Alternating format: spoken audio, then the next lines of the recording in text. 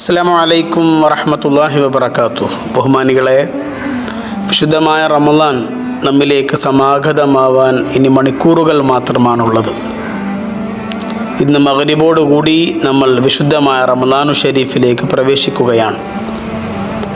റമളാൻ കടന്നു വരുമ്പോൾ ഓരോ വിശ്വാസിക്കും അവൻ്റെ മനസ്സിൽ സന്തോഷമുണ്ടാവണം.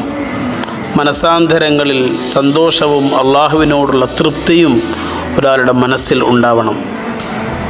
മഹാനായ റസൂലുള്ളാഹി സ്വല്ലല്ലാഹു അലൈഹി വസല്ലമ തങ്ങൾ പറഞ്ഞൊരു ഹദീസിൽ കാണാം, മൻ ഫരിഹ ബിദുഖൂലി റമളാൻ ഹറമല്ലാഹു ജസദഹു അലൻ നീറാൻ. റമളാൻ കടന്നു വരുമ്പോൾ ഒരാൾ സന്തോഷിച്ചാൽ ആ ശരീരത്തെ അള്ളാഹു നരകത്തിൽ നിന്ന് നിഷിദ്ധമാക്കിയിരിക്കുന്നു. ആ ശരീരം പിന്നീട് ഒരിക്കലും നരകം തൊടുകയില്ലെന്ന് മഹാനരായ മുഹമ്മദ് നബി സ്വല്ലല്ലാഹു അലൈഹി വസല്ലം. അതുകൊണ്ട് റമളാൻ കടന്നു വരുമ്പോൾ സന്തോഷിച്ചു എന്നൊരൊറ്റ കാരണം കൊണ്ട് മാത്രം ലഭിക്കുന്ന ഒരു നന്മയാണ്.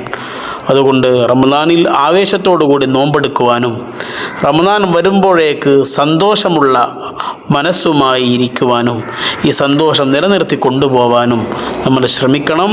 അല്ലാഹു അനുഗ്രഹിക്കട്ടെ. ആമീൻ. അസ്സലാമു അലൈക്കും വറഹ്മത്തുള്ളാഹി വബറകാതുഹു.